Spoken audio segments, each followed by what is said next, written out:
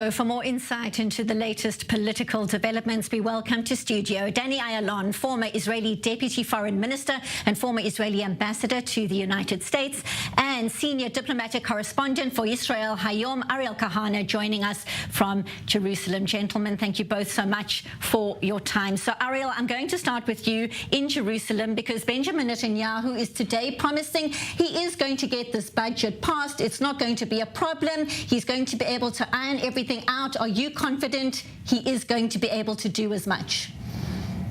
I believe that's great to be with you again, as always. So I guess it will be very surprising if the budget would not be approved. And I think most important for us to remember is that it guarantees not only the current year, 2023, but also 2024. So once the budget will be approved, and we have all reasons to believe that's what's going to happen, it's actually promising that the government will survive for the next year and a half, which means altogether for the government, 2 years. That is exactly the stability that Netanyahu, and actually I believe most of the government is looking for. And then actually I would say the government maybe will re-begin its way after all the difficult months we had since the beginning of 2023. Your thoughts, Danny, because as Benjamin Netanyahu says, he's passed many budgets before. There are always arguments at the 11th hour. In effect, the country's seen this movie before. Yes, well, first of all, no, I agree with Ariel Kahana. The chances are that the budgets will pass, and because the interest of all the parties involved. I don't think anyone in the coalition now wants or needs elections, as they are really sliding significantly in the polls. Always there is this push and pull. I would say the main conflict was between the two leaders of religious Zionism that ran together as a pact, Smotrich and Ben Gvir. And here I must say that Smotrich did really a number on Ben Gvir. Ben Gvir is running now, trying to separate himself.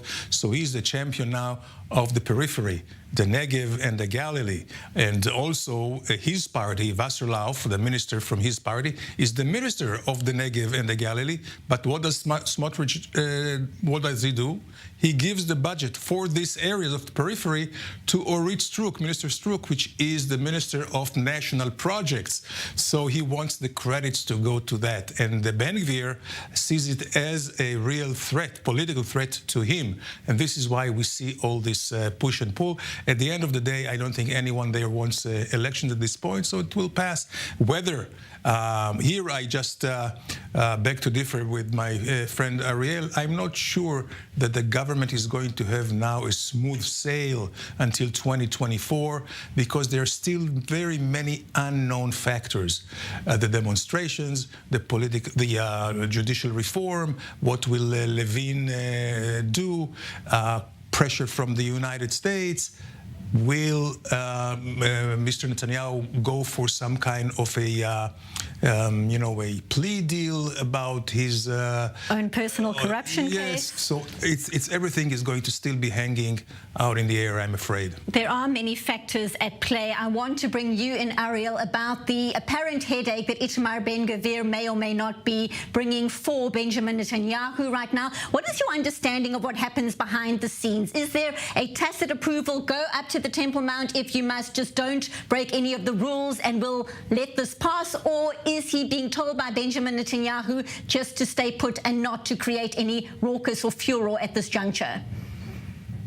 So, look, I didn't check it, but I'm quite sure that this visit was coordinated with Netanyahu. Ben-Gvir knows or knew that he had to wait after the Jerusalem Day we celebrated last week. And then when everything was seen as very calm, he went into Temple Mount, and actually the visit passed with no problems. And it takes me to the broader picture as well, which Ambassador Ayalon discussed.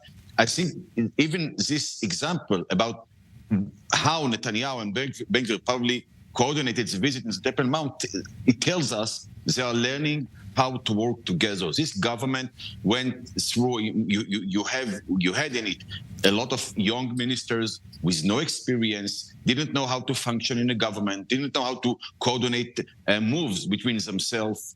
So I think they are in the process of, let's say, growing up, of learning, of buying more and more experience, and learning how to maneuver between the political needs, then to the government or the state needs, and so on. Altogether, it seems to me, and I don't know if we have time to go to other examples, like what is going on in the economy and other moves related to the Galil and the Negev that Ambassador Alon mentioned. Altogether, they're beginning to take steps, which I can see policy moves, policy decisions for the long run, including in the economy. And all that tells me that I think as long as we don't have an unexpected crisis, I think they can move on. One sentence about the judicial reform, the way I see it, it's not going to be back on the table until the government is secured politically and stable politically as well. Ariel Kahana, Danny Ayalon, I'd love to unpack this for another hour or maybe 2 or 3, but we're going to have to leave it there. Thank you both so much for being here. One in Jerusalem, one in Tel Aviv. Thank you as always.